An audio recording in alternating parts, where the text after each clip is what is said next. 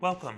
On behalf of the North Dakota Parks and Recreation Department, thank you for joining us for the Lewis and Clark State Park Master Plan Virtual Open House. The Parks and Recreation Department values the opinions of its citizens and park users and wants them to be engaged in their community and their government. In fact, feedback from you is vital for the department and the project's success. My name is Gordon Lemmel, and I'm the department's Parks and Recreation Planner. We have also convened a project advisory committee whose function is to provide strategic guidance and direction for this master planning process. This group of volunteers assists by providing input through the lenses of their areas of expertise. I'd also like to take this opportunity to thank this advisory committee for the hours they have put into this process and for their commitment. The purpose of this open house is to provide you with an update on the status of the planning process for Lewis and Clark State Park and an opportunity for questions regarding the project. The agenda for today's presentation will cover the master planning process, reviewing data from both the internal and external resources, and reviewing what we have heard from you, the public. Before we get started, our director, Andrea Travnik, has a special message for you. Great. Yeah, thanks, Gordon. Just really wanted to thank everybody for taking the time this evening to take a little bit out of their day to spend some time with North Dakota Parks and Rec, the team tonight, to go over the Lewis and Clark master planning process. Really just looking forward to any feedback, thoughts, ideas that you might have. This is an important process for the department as a whole, as it does fit into our overall strategic plan with the department. Because we have the master planning process associated with all our different parks as some of our top priorities. So I know that want to also thank the Volunteer Advisory Committee that's been working really hard on this. There's been about 5 different committee meetings so far. We've had some surveys out there. So this live discussion tonight just gives another opportunity to hear back from partners, stakeholders, and all of you. So thank you for taking the time. Really appreciate it. Thanks, Gordon. Thank you, Andrea. Master plans are the tangible and often visible statement of where the park is now, what it should be in the future, and what is required to get there. Parks need a master plan to be successful. The plan is more than just an intention. It is a document built upon a process. It demonstrates a path of achievement, articulates the public's interest and enjoyment of park lands, and is a tool that informs decision making. These plans are both flexible and dynamic to allow for choices and changes to be made over time while preserving the vision of the park. Ultimately, the plan helps the department understand the ever-changing community needs and recreation trends to ensure that today's needs are appropriately balanced with the vision for future generations. We use a planning structure that is based upon the one developed by the National Park Service called portfolio planning. In this framework, master plans occur at a strategic or visionary level. They identify the vision, values, strategic opportunities, and goals for individual parks. Beneath the master plan are the portfolio plans. These plans are tactical and operational level plans that lay out the specific actionable items to be implemented. These items are guided by the framework set by the master plan. They also work with and reference each other. The primary difference between this method of planning and traditional planning is that portfolio plans are standalone documents that can be revised and adjusted without having to reauthor an entire plan. The reality is that planning is complex with many challenging issues and perspectives. Similar to a spider's web, pulling the string in one area will affect the rest of the web. Because planning is complex, people naturally feel a discomfort or a tension. They often associate this tension with negative feelings like worry or frustration. However, they really shouldn't be viewed as negative. Rather, the feeling is just simply the force that comes into play the moment that you acknowledge a vision is at odds with your current situation. In order to move forward with a plan, you need this tension, which equates to both a vision and recognition of the current reality. Without the vision, there is no tension, and without being in touch with your current reality, there is also no tension. It is this creative tension that pulls reality towards the vision by working towards and building the capacity to meet it. Researchers have found that our brains are inherently wired with a negativity bias. This bias is our tendency to not only register negative events, but also to more readily recall them and dwell on them. Psychologists have found that things of a negative nature tend to have a greater effect on us than neutral or positive things. It is believed that this bias stems from our inherent flight instinct. Ultimately, it creates a vicious cycle within us of pessimism, overreaction, and negative inclination. To combat this, our department uses appreciative planning, which is a proactive and strengths-based solution. This approach recognizes that vision and change can happen together, and it begins by creating our vision on a positive foundation. It's about reframing your mindset and focusing on what can be. As the saying goes, what you focus on will grow. So we choose to focus on what's working right today. The appreciative planning process is divided into 4 phases. The dream fuels the imagination to determine a preferred vision. Realistic and experience-backed elements are combined to form this vision. Discovery defines the current reality based on data and facts. It helps us know what we have right now and then identify how it can be used in the formation of the preferred vision. The design unites the story from the discovery phase with the imagination and creativity from the dream phase to direct our attention and actions. Finally, the delivery defines the action plans that define how to reach this preferred vision. The purpose of the dream phase is to envision what the preferred future of the park is, and then rally and become aligned around this shared vision or desirable future scenario. It's much easier to come up with what's not going well and become weighed down by a large list of deficiencies. This is that negative bias working hard in our brains. We use a tool called SOAR, or Strengths, Opportunities, Aspirations, and Results, to start teasing out long-term visions for the park. The SOAR analysis is a lot like the more familiar SWOT analysis, but it switches our focus and attention to what is working well today. This becomes a springboard for future success. The advisory committee came up with several great items for each SOAR category. Several of these items were echoed often throughout the feedback received from the public survey and the focus group interview sessions. The advisory committee was challenged again to switch their way of thinking. That is, switch it to drawing. Drawing uses the right side of the brain, and it forces individuals into a state of mind in which one is able to perceive what one sees in a new way, different than by seeing the same thing perceived by the left side of the brain. They were asked to discuss the results of the SOAR analysis and what the preferred vision of the park was, and then draw what it looked like.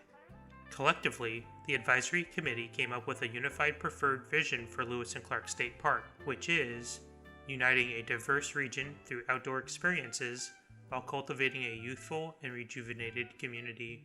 This vision statement is used to guide decisions and recommendations within the master plan. Understanding who our visitors are and what they like doing is important to any master plan. This understanding also allows us to begin identifying the various topics, amenities, and areas to focus our attention and resources. It also helps us better project future needs and demand at the park. We began the project by reviewing the basic visitation statistics of the park. The park has shown steady growth over the past 10 years at an average of 5% annually, which is always great to see. Visitors come from all over the country and beyond. More come from North Dakota, with several hotspots here and there, but most visitors on average come from an approximate 360-mile radius from the park. For the purposes of the master plan, this 360-mile radius is used to define the market footprint for further study. Campground occupancy is another important metric. The park has many more campsites than cabins. However, when we look at occupancy, we find that the comfort type of camping option is much less vacant than the more traditional styles of camping. Nevertheless, each accommodation type is doing relatively well with great potential for improvement. While most would think that 100% occupancy is ideal, the actual sweet spot is somewhere between 75 and 85%. This is because at 100%, there is nothing left to provide. There should always be a bit of vacancy on average. Understanding the park's occupancy helps us better gauge where the park is at, identify where the gap is, and develop a marketing and business strategy to meet the goal. One such example identified by the advisory committee is to increase the weekday and off-season occupancy, which would help increase the overall campground occupancy averages. Using the determined market footprint as the study area, we reviewed 3 socioeconomic resources to determine the common trends and interest areas for the population within the study area. These resources are the U.S. Census Bureau's Market Potential Index, Spending Potential Index, and a proprietary source called Tapestry Segmentation that was developed by Esri.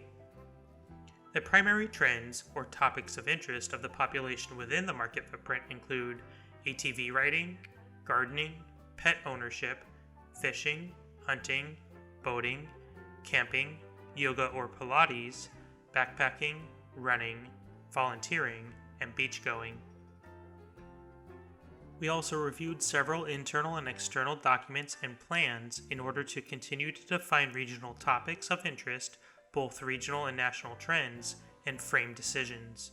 There were several key topics of note that arose from review, including a recognition of increasing deferred maintenance across the whole park system, a general understanding that parks have a carrying capacity, the demand for outdoor recreation facilities and activities far exceeds the regional supply, youth, women, and non-Caucasian populations make up the fastest growing groups participating in outdoor recreation.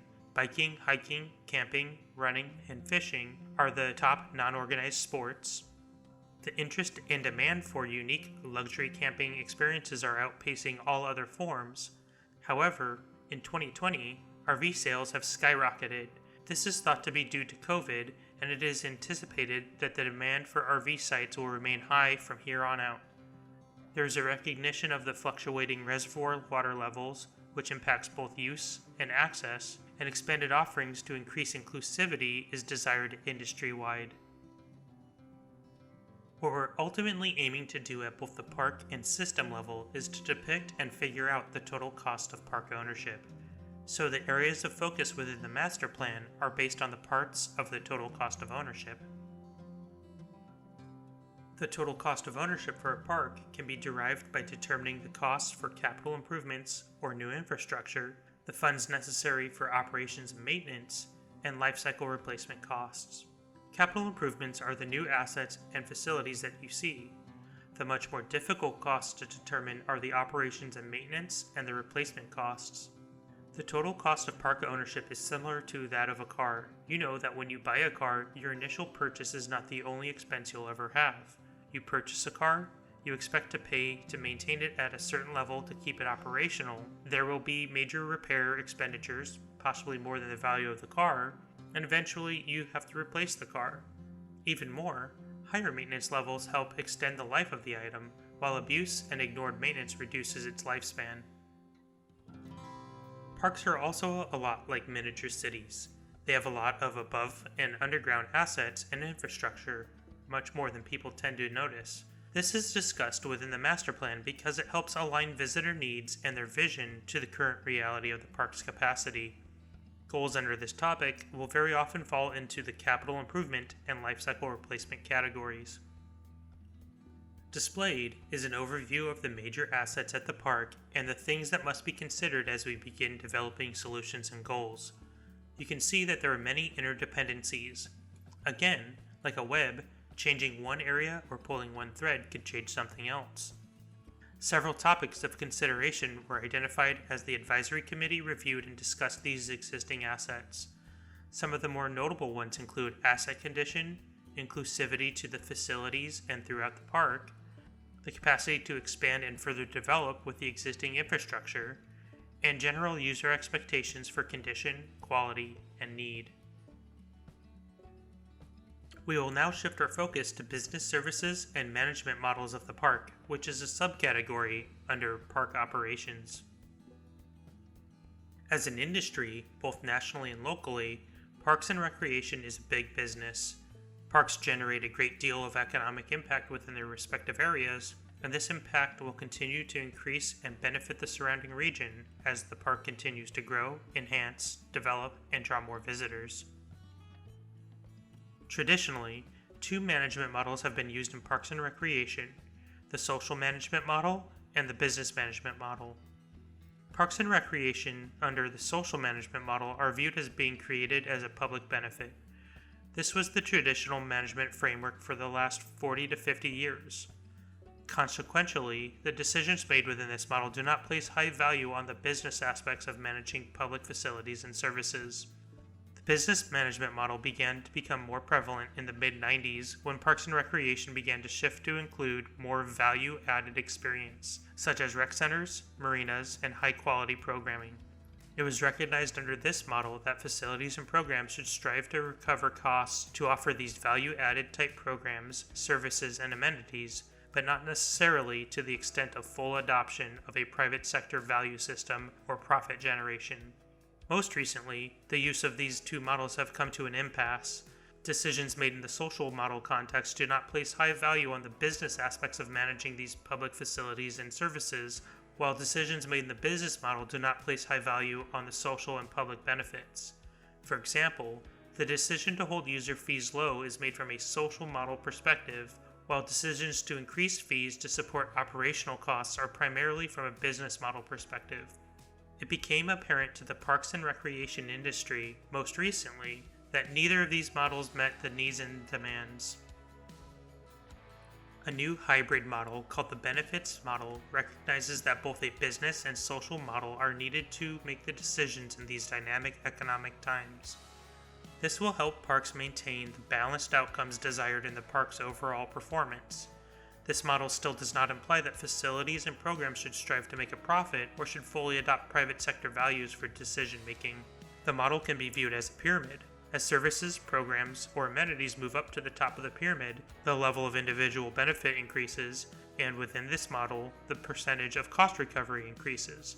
The essential services or core mission services are those services that the agency must provide to meet its mission, statutory, and/or regulatory obligations.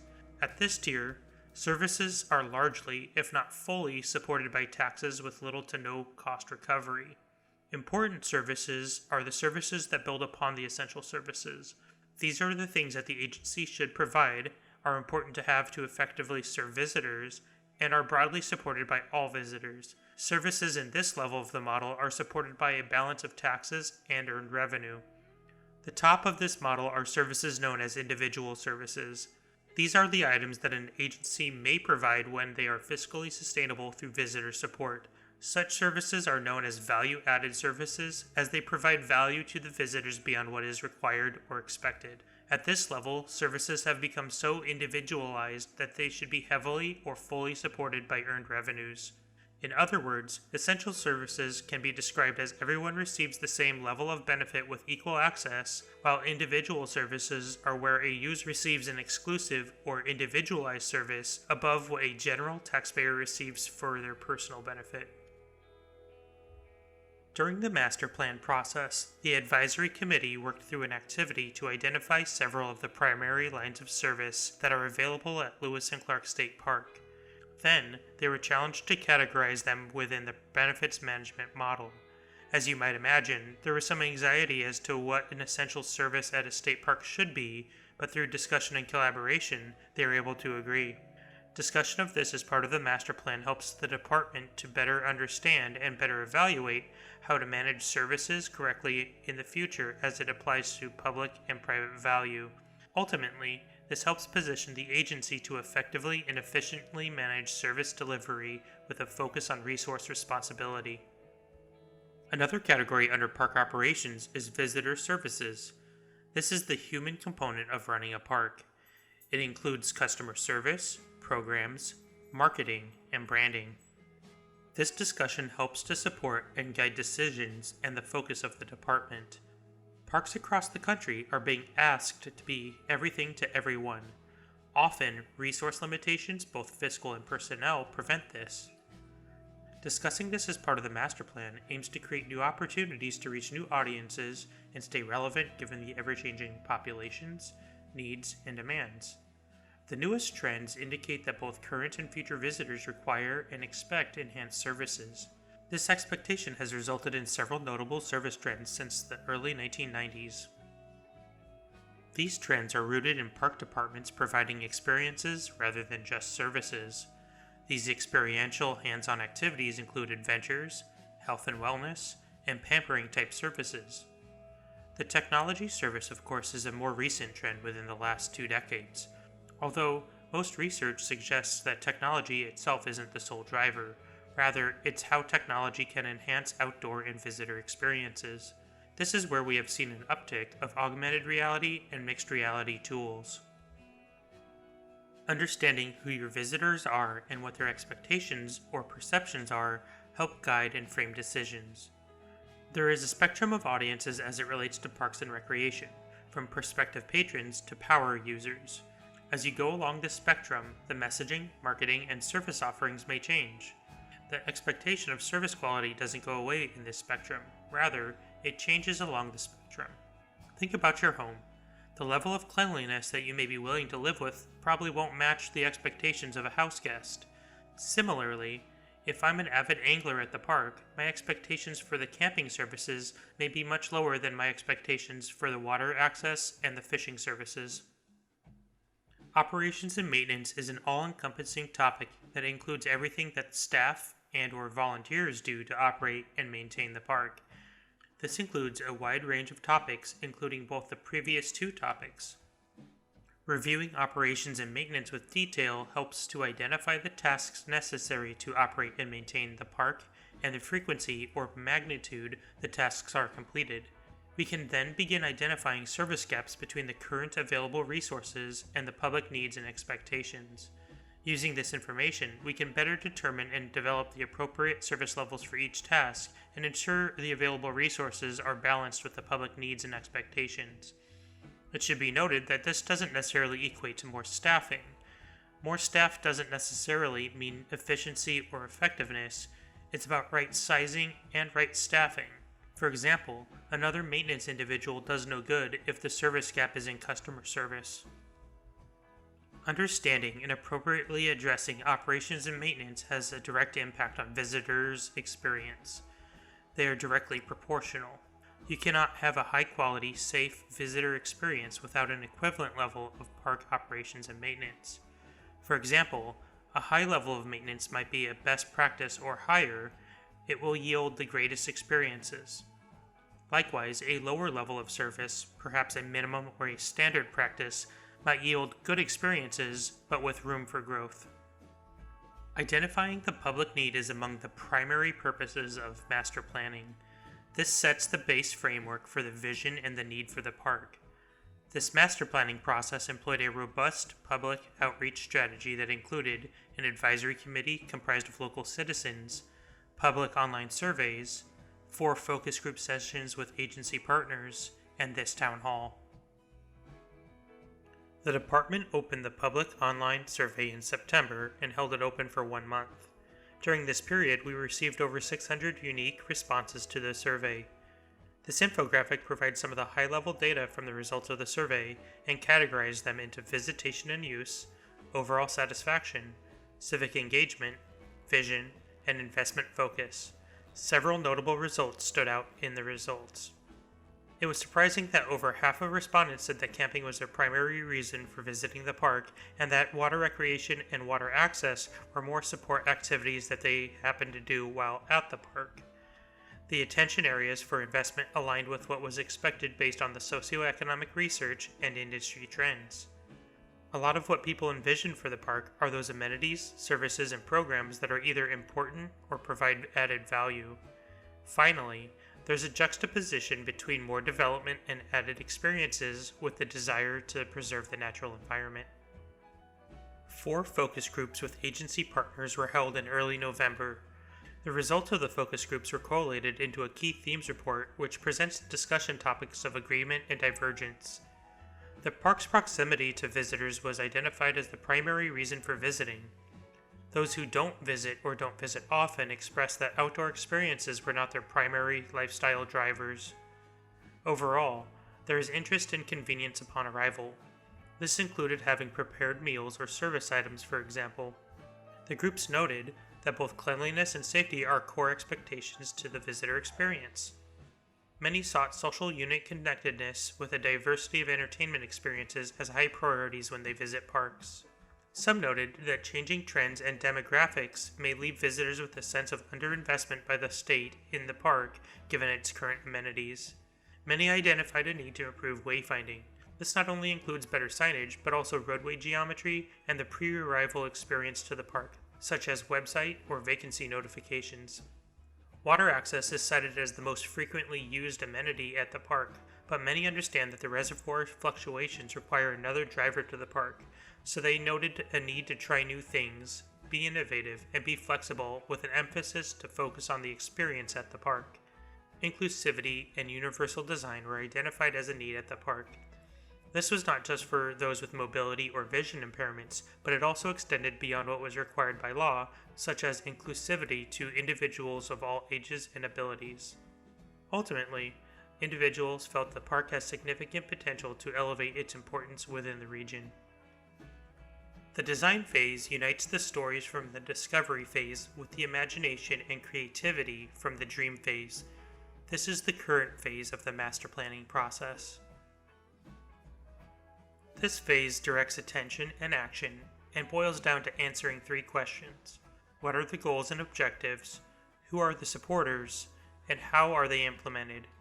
The advisory committee participated in a workshop to begin identifying and developing the goals that help shift the current reality towards the preferred vision.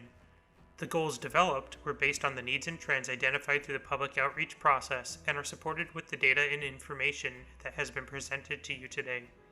These goals were categorized into 6 buckets or focal areas: infrastructure, business management, visitor services, operations and maintenance, programs, and marketing. We have arrived at the end of this open house. Thank you so much for learning about the master planning process that we implement for your state parks. It is our hope that this presentation provided you with some new bits of information or an aha moment about Lewis and Clark State Park and their recreation opportunities throughout our state. If you did have that aha moment, comments, or questions, please feel free to continue to participate in this process by visiting the project website or by directly reaching out to us using the contact information on the screen and included in the video description.